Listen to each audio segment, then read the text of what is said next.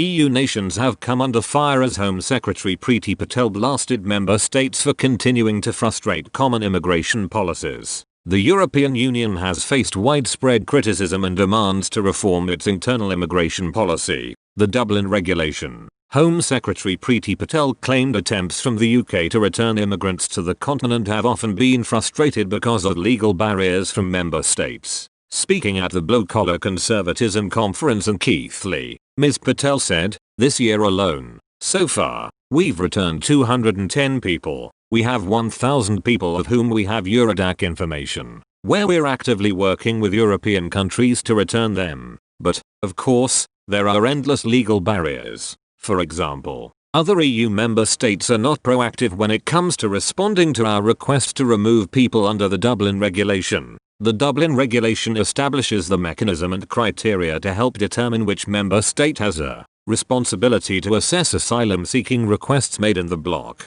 The UK has long demanded a complete reform of the system, with the UK government welcoming Brexit as an opportunity for the country to create a new immigration policy independent from EU rules." Ms. Patel continued, "We have EU states themselves not following the European Union's Dublin Regulation and not taking back people who have been deemed to be found coming through those countries in the first place. There's a lot of work taking place there. That's not just the Home Office, that's with the Foreign and Commonwealth Office as well. And then, of course, there are legal frustrations that we have. The migration crisis that began in the early 2010s has highlighted the division among member states when it comes to receiving asylum seekers and immigrants arriving in the bloc. The European Union suggested the migration crisis was reaching its end in 2019 after member states have seen their migrant population increase significantly over a couple of years. Germany accepted over 1 million refugees and asylum seekers under the EU's relocation system,